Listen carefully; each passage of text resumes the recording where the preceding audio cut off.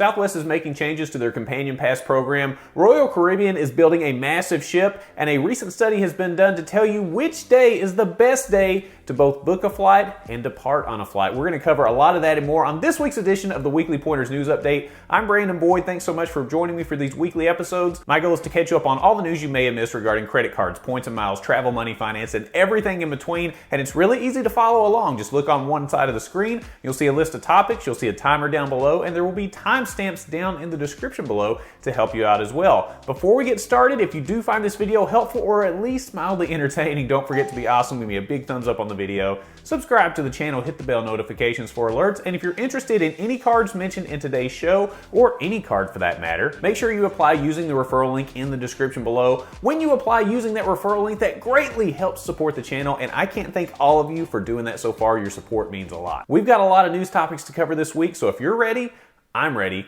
Let's go. Earlier this week, Capital One announced that they will be launching a premium hotel booking engine for cardholders of the Capital One Venture X card. Now, this is meant to compete with the American Express Fine Hotels and Resorts credit, and this is going to be really helpful for Capital One Venture X cardholders because it comes with a $300 credit already. So in theory, it should be a lot easier to use that $300 credit when booking through this newly launched search engine. And there are a number of benefits that cardholders will enjoy on these stays. You'll get 10 times Capital One miles per dollar spent on Premier Collection bookings, a $100 experience credit to use during your stay, and the nice thing about this is that it will always include dining as an option for that $100 credit. You'll get complimentary breakfast for 2 each day, free Wi-Fi, and you'll still earn loyalty points and benefits that way. This is big news because a lot of people picked up the Capital One Venture X card, and I like that there's more competition in this marketplace. I like to see other card issuers get pushed to do something even better, and it looks like Capital One is jumping on board here. So let me know what you think about this, especially if you have the Capital One Venture X card now. This should make it a lot easier to use that travel credit, but let me know what you think about this launch down in the comments below. Southwest has made a change in the number of points that it takes to get Southwest Companion Pass,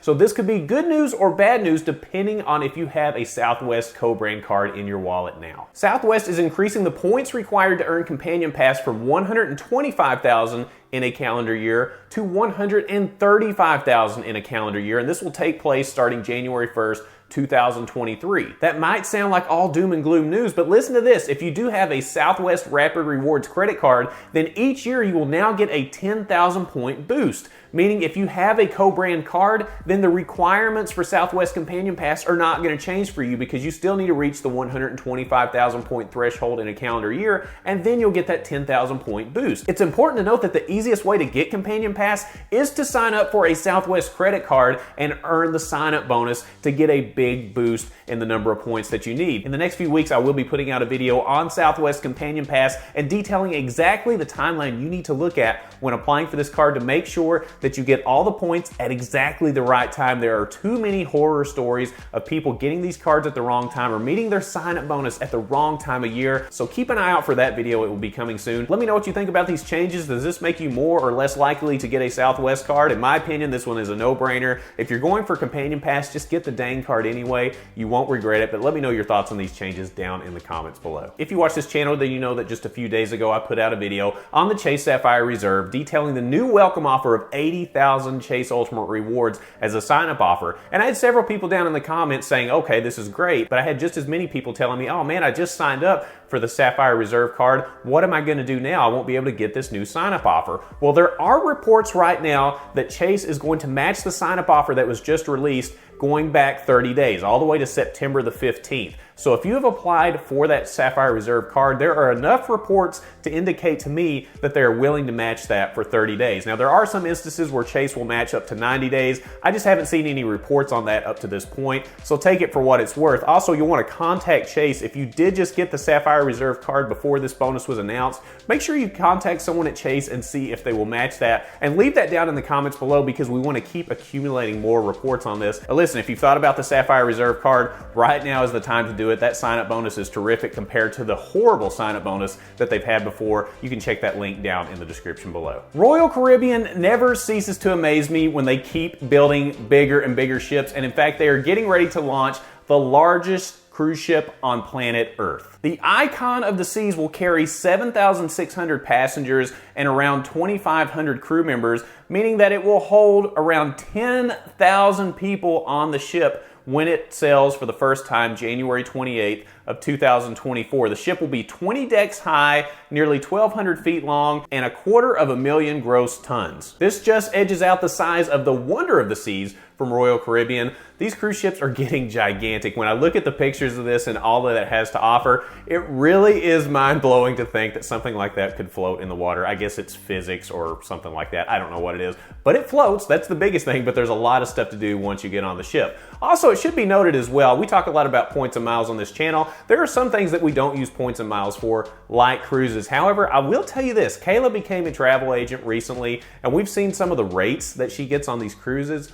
Holy cow, it will freak you out. I don't even want to post them on the video because I don't know if I'm supposed to or not, but it's definitely worth exploring if you're interested in becoming a travel agent. Click on the link down in the description below, or you can email me at thebrandonboydshow@gmail.com. It's insane what you can get, and you can even earn commissions on trips that you book for your family or other members of your family. It's crazy. Let me know if you have any questions. You can shoot those messages to me, and let me know what you think about this cruise ship too, because it's absolutely insane how big these things are getting. Let me know your thoughts down in the comments below. The Airline Reporting Corporation and Expedia have done an expansive study looking at what the best day to book a flight is to get the lowest rate possible, if that's your goal. They also looked at what the best day to fly out was in order to get the lowest rate. And the best day to book a flight is Sundays. Airfares were a whopping 15% lower when they were bought on Sundays than they were on Fridays, for example. And as to be expected, people who booked at least 1 month ahead on their domestic travel and around 6 months out for international travel paid about 10% less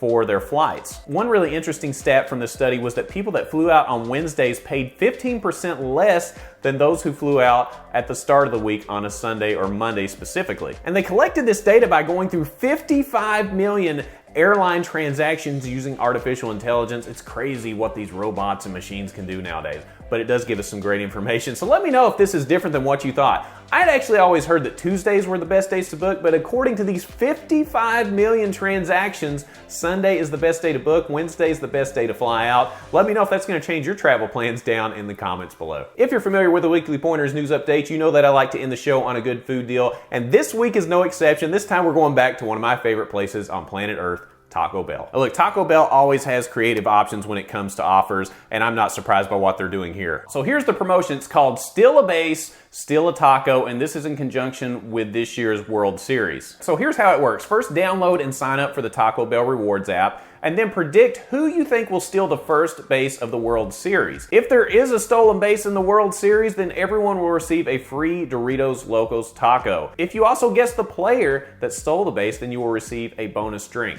Taco Bell never ceases to amaze me. They must have 1,000 people on their marketing staff. They always do a great job. So hey, free Taco Bell, you can't beat that. Make sure you watch the World Series and check for that stolen base and pick who you think will do it. Also, let me know who you think's gonna win the World Series this year. Can I tell you a secret? I don't even know who's in the World Series this year. So let me know. I would like to know just who's playing in it this year. Leave that down in the comments below. All right, this was a really fun episode. We talked about a lot of different topics, including that study about the best time to book airfare. I thought that was really interesting. The largest cruise ship in the world, and some changes to the Southwest Companion Pass requirements. A lot of stuff covered this week. Let me know what your favorite story was down in the comments below. Keeping in mind, we do have a lot of new people in Points and Miles that are watching this channel specifically, so any tips, tricks, pointers that you have will help someone out. Also, if you are in the market for a new credit card, especially one of the ones mentioned in today's video, make sure you apply using the referral link down in the description below. When you apply using our referral link, it greatly helps support the channel, and I really appreciate all of you in doing that so far. If you found this video helpful or mildly entertaining, don't forget to be awesome. Give me a big thumbs up on the video,